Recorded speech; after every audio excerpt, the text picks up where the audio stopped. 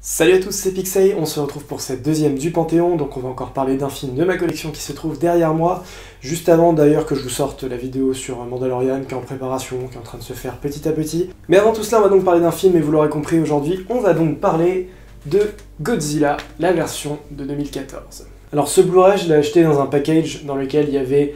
Godzilla Roi des Monstres, qui m'intéressait un peu plus, et dont je parlerai dans le troisième Panthéon, bien évidemment. On va faire en sorte que les films se suivent, ce sera beaucoup plus simple à faire.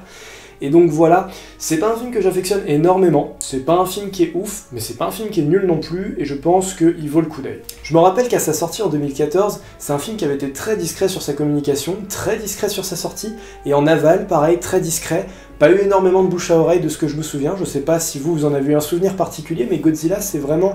quelque chose qui a pas non plus été vraiment crié sur les toits, on peut le dire. Et pourtant le film est relativement intéressant, je veux dire qu'il y a une réalisation qui est assez sympa de Gareth Edwards, qui ensuite nous a servi Rogue One par exemple, film que j'aime toujours pas, hein.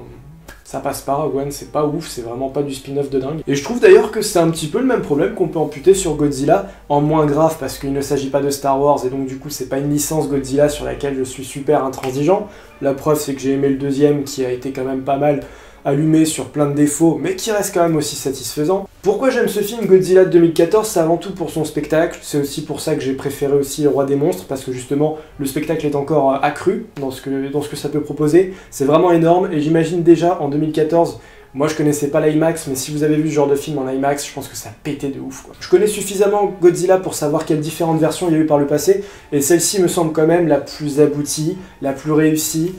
sans être un petit peu trop monstre de foire, sans être un peu trop hollywoodienne aussi dans ce sens-là, parce que c'est un vrai film d'auteur avant tout, Godzilla, hein. L'apparition du monstre est quand même très très retardée au fur et à mesure du film, et c'est un problème qui se pose dans le film ou pas, mais c'est quelque chose justement qui fait que c'est assez bizarre, c'est assez étrange, et que la façon de faire du film est avant tout dans l'approche, et c'est clair que si Godzilla, le premier de 2014, insiste beaucoup plus sur ses personnages humains